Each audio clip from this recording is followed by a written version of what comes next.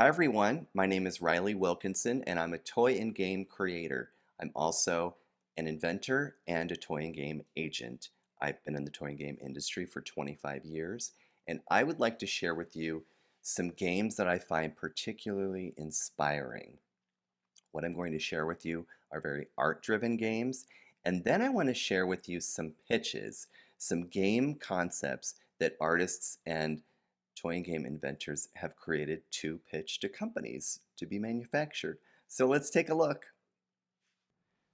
So this first one I'm sharing with you is an interpretation and a sort of a remake of the It's a Small World, but turned into a game. Funko was inspired by Disneyland's It's a Small World, and look at this art.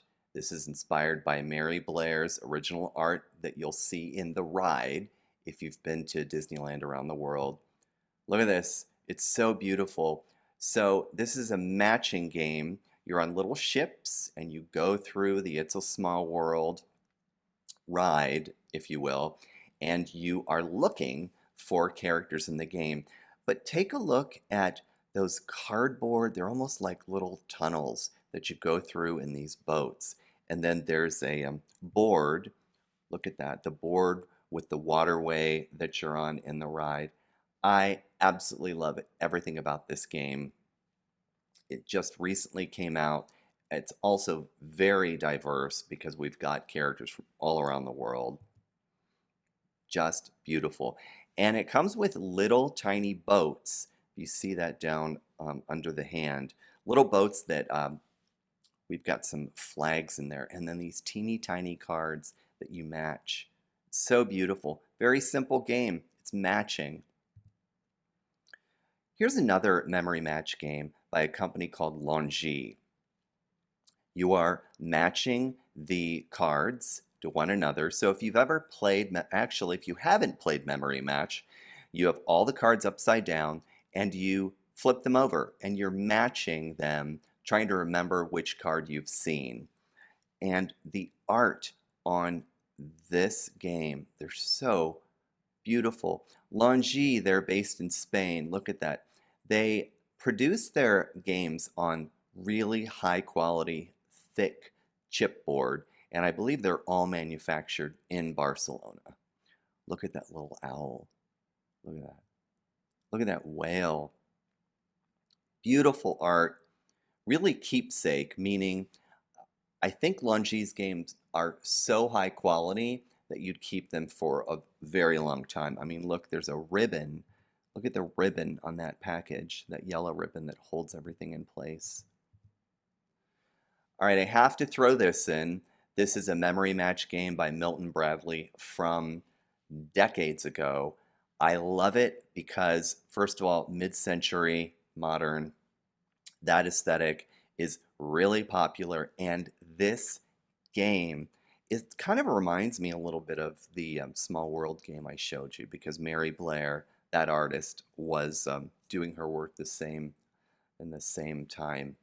But we've got very geometric shapes. That peacock on the in the lower row, very geometric. We've got just some animals. I see a boat in the upper row. There's just a simple pineapple next to it.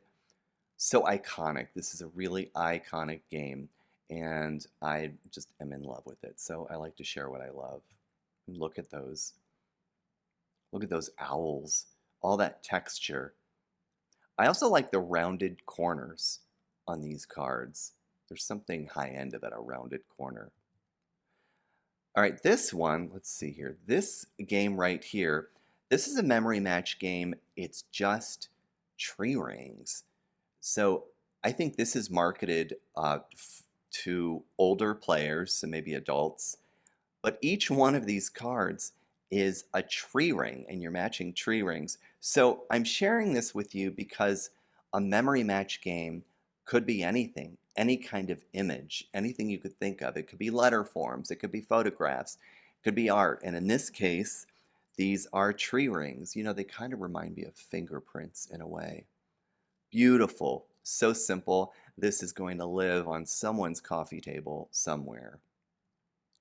And now I'm going to show you some pitches from my Make Art That Sells course. I teach this course where students learn how to pitch and design toys and games that they could then share with manufacturers to be produced. And this assignment right here was simple. All right, take a checkers game and interpret it in your own style. Erica Hite decided to take checkers, put it on the wall. So she illustrated what is a wall hanging, all of these little starfish and sand dollar pieces. If you look on the left there, are the pieces on the board.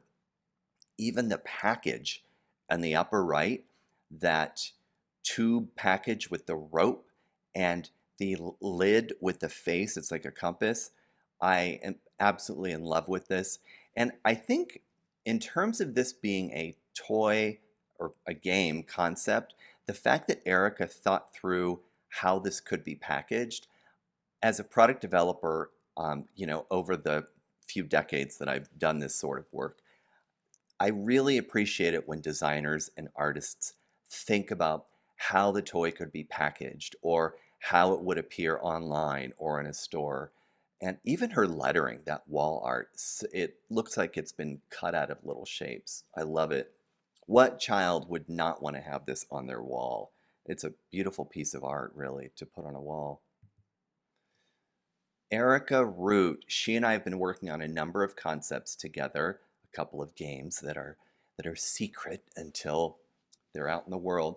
This is a fabric checker set that she illustrated, and her imagination really comes to life if you look at these.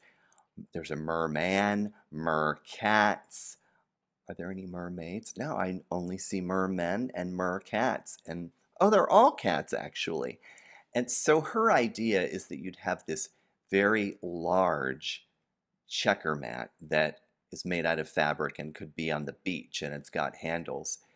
And the checker pieces, it looks like they would be large and filled bean bags. So if Erica were to pitch this to me at a toy company, I could possibly manufacture this as large beanbag filled pieces of fabric. They could be small pieces of cardboard because the art is so engaging. And I love that in this concept, she's made little notes, like in the lower right, game board and pieces roll up for easy transport, or in the upper left, different colored bases for each player. Such great art. Erica's working on, I don't know which, she's done a few books. Maybe she's on her third right now. She's done books, illustrated books, and like I said earlier, we are working on a couple of toy and game concepts, and I just find her imagination and her wit and her style so kid appropriate. And then there's this one by Sandy Bartholomew. Again, the assignment was take checkers and put your own spin on it. So Sandy decided, okay, I see this as an ocean checkers game. What I love, love, love about this is that when you capture the pieces, you put them in either the octopus or the dragon, I think there's a dragon, a fish dragon of some type, creature, and the pieces then sort of roll down an inside hidden track into these treasure chests. So this is not just checkers. It's really got a lot of toy play pattern, like a real toy quality to it. I could see a child playing with this after the checkers game is over, just pretending that the checker pieces are being gobbled up by these creatures.